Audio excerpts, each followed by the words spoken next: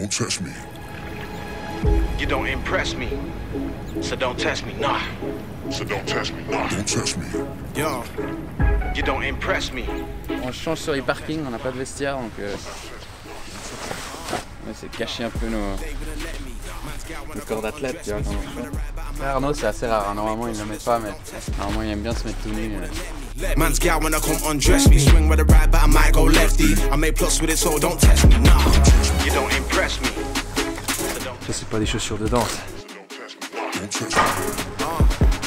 You don't impress me, so don't test me, nah. Don't test me. Don't test me. Pour le 49er, il y a plusieurs muscles qui sont importants. Je dirais que ça dépend si tu es à la barre ou équipier. Pour mon cas, c'est plus général, d'être agile, de pouvoir bien se déplacer sur le bateau, d'avoir un bon gainage pour éviter tout ce qui pourrait être des blessures.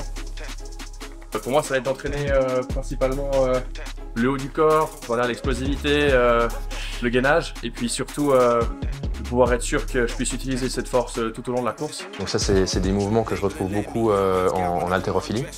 Donc les mouvements d'épaulés jetés et puis d'arracher. C'est facile, encore. Allez, tu l'as.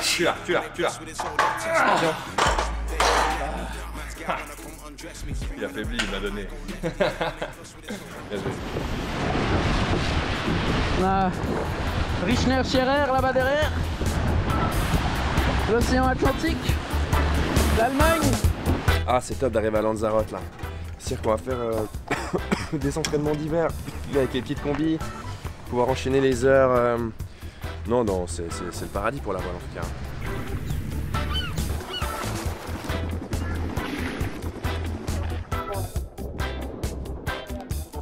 Hola chicos, ¿qué pasa? ¿Qué pasa? ¿Cómo te llamas? Fernando, Luis, Fernando Díaz, Uruguay, Juan, Gutiérrez, Uruguay. muy bien. Training partners. Avec les Uruguayens, c'est vrai que c'était beaucoup de gens nous demandent et c'est vrai que c'est un partenariat qui est assez surprenant parce que c'est vraiment deux pays très éloignés. We started this year sailing with these guys as training partners. The relationship we have between each other is pretty good, and we've seen some improvements in the water, so I think it's going through a good path and we wanted to keep it this way. L'année dernière, on a eu une régate de petits temps qui était vraiment notre faiblesse et on a vu ces Uruguayens qui allaient comme des avions sur le parcours. Donc en fait, on a commencé à naviguer avec eux à Marseille au courant du mois de mai-juin pour voir un peu comment ça se passait et voir s'ils pouvaient nous aider à s'améliorer dans le petit temps. Et on a beaucoup apprécié le partenariat, ça a plutôt bien marché, les débriefings, les entraînements. Et au final, voilà, on a décidé de continuer à naviguer ensemble et on sentait vraiment qu'on arrivait à se tirer vers le haut. C'était deux gars genre vraiment talentueux, qui avaient ultra envie d'arriver avec des nouvelles idées en fait. Chaque jour, ils essayaient de développer, de changer des réglages, de faire des trucs.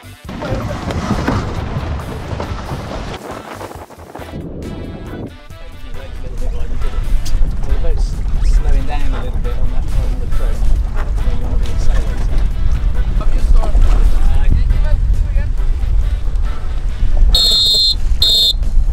And the best way to learn is to do a lot of the subjects at the same time, so you don't jump between different subjects. So for this week we're doing boat handling. I haven't done with these guys before because we haven't been together that long. As far as the sessions go, we basically go out with a plan of exercises to do. They do the exercises, they make some mistakes. We come back in the debrief, we talk about those mistakes and how not to do them again. And the debrief is really where most of the learning is done.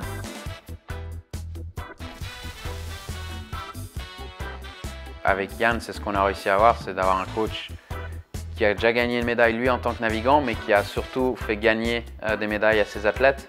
Il sait mettre les personnes dans le bon état d'esprit le jour J. C'est des alchimies qui se créent et des fois il faut prendre des risques. Quand on s'est lancé avec Yann, sur papier ça avait l'air bien, mais tu sais jamais comment ça se déroule. En train de rentrer au port, après la station de la main, à la maison.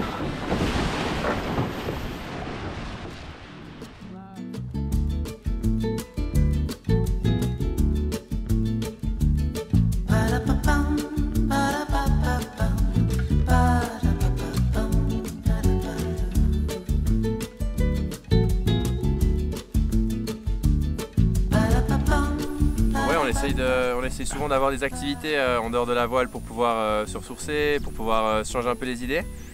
Trouver des trucs en plein air, généralement c'est plutôt ce qu'on a tendance à préférer. Donc voilà, là typiquement en hiver, faire une rando, ça nous permet de voir aussi autre chose, tout d'un coup vraiment que de la performance.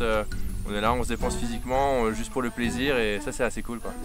Non, on a la chance de vivre en Suisse où il y a un terrain de jeu incroyable et c'est vrai que de revenir un peu aux sources, à la montagne, dans l'air frais, ça fait du bien. Puis en même temps on en profite pour faire de l'entraînement en altitude en plus, donc non, c'est vraiment top de pouvoir faire ça entre nos blocs d'entraînement et ça permet vraiment de nous ressourcer et de changer les idées.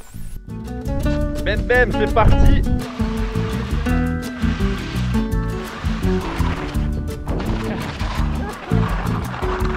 Ah, ça aurait été la descente de l'aventure ça. Ok, made it. Qu'on soit sur l'eau, dans la salle de gym ou peu importe ce qu'on fait, on sait qu'on le fait parce qu'on vise une médaille. Donc c'est vraiment ça qui nous fait avancer et qui nous motive. C'est chaud, on est chaud.